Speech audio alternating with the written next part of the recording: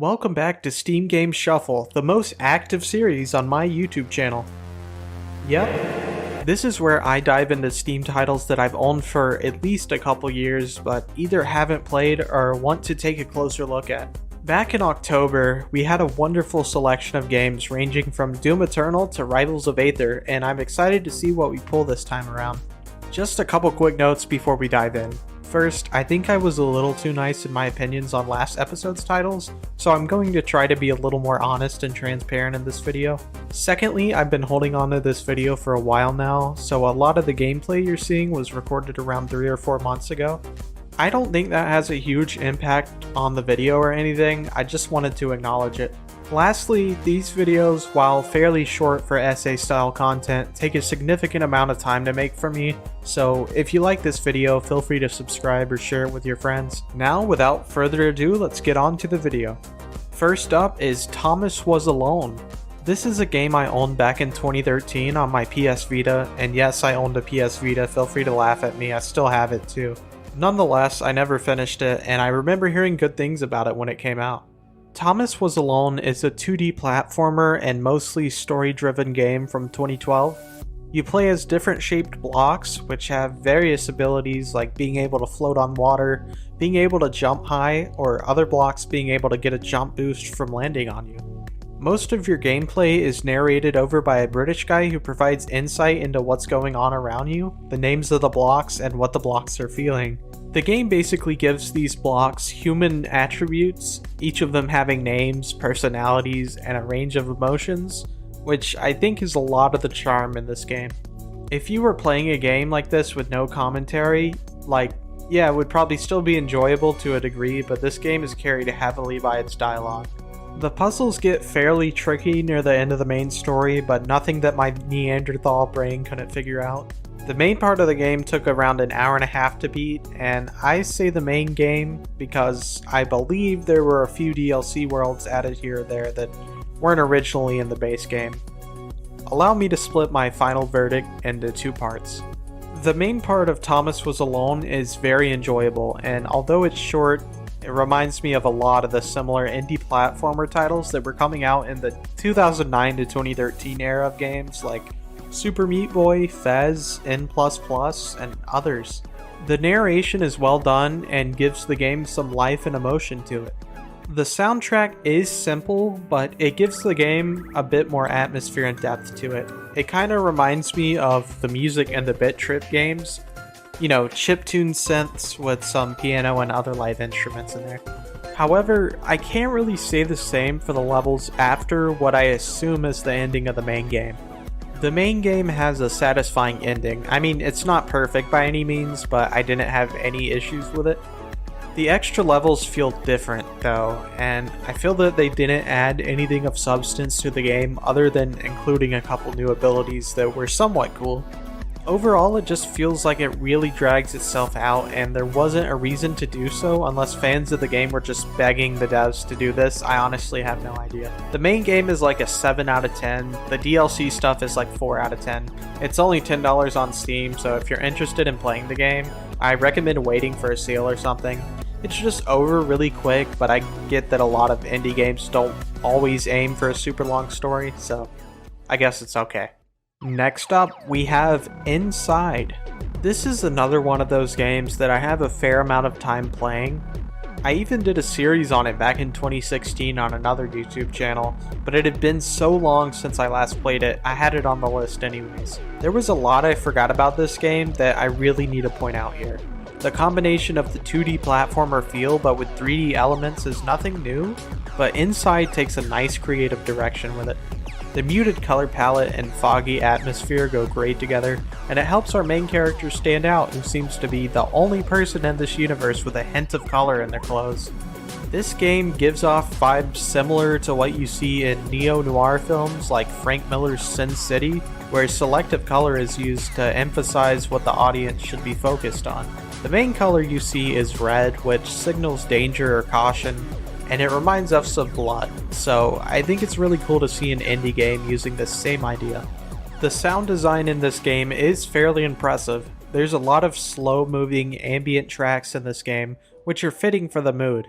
The environment is gray, desolate, and lifeless, and you can't help but feel at least a slight sense of dread while playing this, as if something has gone terribly wrong, but you can't place your finger on exactly what it is. Considering that there's no dialogue in this game, the music and sound effects have to serve the purpose of pushing the story forward and filling in what would otherwise be 5 minutes of walking from one chapter to the game to the next. Not to completely disregard the visual style, but I think that sound and the sound effects in this game are equally as important as the visual style. What is that noise? Oh my god, it's like a sonic wave thing. Look at that effect, dude.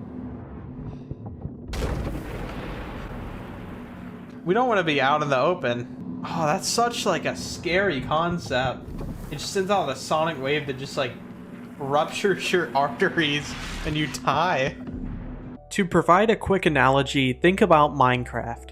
If Minecraft didn't have the absolute banger soundtrack that it does, I guarantee you that your first few times playing it as a kid wouldn't have reeled you in quite as much. It would just be a silent block game with little emotion in it. The cinematic ambient tracks of such a simple game serve the purpose of making you feel a certain way, and Inside achieves a similar thing. Now, I've heard a fair amount of negativity from those walking simulator games like Death Stranding or some more niche indie horror games where you have to collect an item and walk to the other end of a level to collect another. Inside is definitely not a walking simulator game. Like its predecessor, Limbo, which was released 4 years prior to Inside under the same company, the games are short enough to keep your attention throughout, and you do have to solve some sort of puzzle at least every 5 minutes, whether it's just moving a box somewhere to reach a ledge, maneuvering a small submarine around and unlocking a gate underwater, catching something on fire to cause an explosion, or evading whatever thing is lurking in the void behind you just out of sight. Now, I don't think Inside is one of those horror-first kind of games, and it doesn't really rely on jump scares or any cheaper forms of horror, but it just kind of throws you in a situation or shows you something unsettling that you have to sit with, and the lack of dialogue and eerie soundtrack help the unsettling elements of this game stand out more. In my opinion, Inside is primarily an action puzzle game. I don't want to spoil it for anyone who still wants to play it, but there's a lot that gets revealed at the end that makes playing the game from start to finish a worthwhile experience. I'm giving Inside an 8.5 out of 10. Finally, we have Celeste. And yes, I'm saving the best for last here, because Celeste was marginally my favorite of the 3 games I played in this video. I usually play through most games with a mouse and keyboard, but I just randomly decided I'd use a controller for Celeste. I think I enjoyed it more as a result. I'm just a stubborn PC gamer that never wants to use a controller, I suppose. Anyways, Celeste is another 2D platformer, puzzle, and action game that was released in 2018. As the trailer on Steam says, it's a game about climbing a mountain. And yeah, I mean, correct, but also good lord is this game hard, man. I'm not even saying that as an insult, I was like impressed by the challenges I faced while trying to beat Celeste. I'm still talking about the base game as well. There's tons of extra content to explore in the game, and it gets a good deal more difficult. The base game has 7 chapters, and then there's the B-side levels, C-side levels, and then there's Chapter 8 and Chapter 9. Most of these require you to go back to the main levels and collect items in order to unlock them, which is pretty cool considering it adds a layer of replayability to the game. You have a reason to play through it again. And if somehow all of that still isn't enough for you, there's a mod loader called Everest that you can install to play custom levels, or just mess around for fun. The music in this game is absolutely phenomenal. I mean, just hearing this little piano jingle at the end of each chapter was enough to sell me. Take a listen.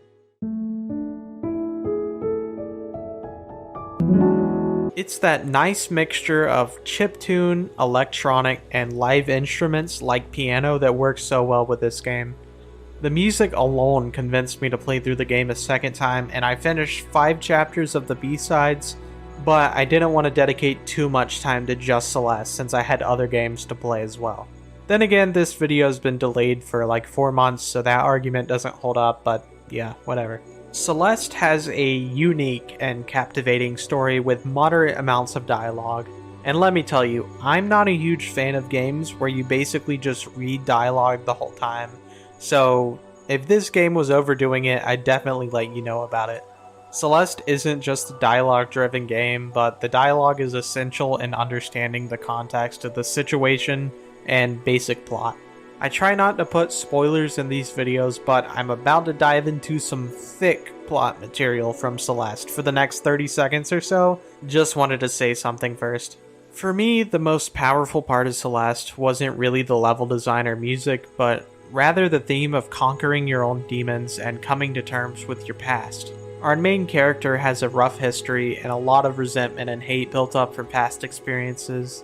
And while climbing this mountain, you encounter the physical embodiment of these emotions. A mirrored version of yourself that only looks at the negative side of things, and at first is constantly trying to kill you. But it isn't until you spend enough time with the negative form of yourself that you come to terms with your past and literally befriend this bitter version of yourself. And what do you know? You actually get along pretty well. I'm probably oversimplifying the game a lot, but it's definitely one I'm going to continue playing. I already have a couple streamer friends that speedrun Celeste, and I think it's possible that one day I might just try speedrunning it. I'm giving Celeste a 9 out of 10. You know, it ended up being a coincidence that the 3 games I selected from the Steam Game Shuffle list were all 2D platformers, but I think it ended up being convenient. Since all these titles were under the same category, I could review them from a similar perspective. Each one of these titles were decent at their worst and amazing at their best, so if any of these looked intriguing to you, I'd recommend checking them out on Steam. Let me know if there's a specific game you like that you'd like me to take a look at, as I'm looking to make more videos on one game at a time moving forward. I'm also planning to make videos on Pizza Tower, Risk of Rain 2, and a few others, so stay tuned for that. My school semester is about to finish in another week or two, so uploads will be more consistent throughout the summer. I hope you all enjoyed this video, and I'll see everyone in the next one.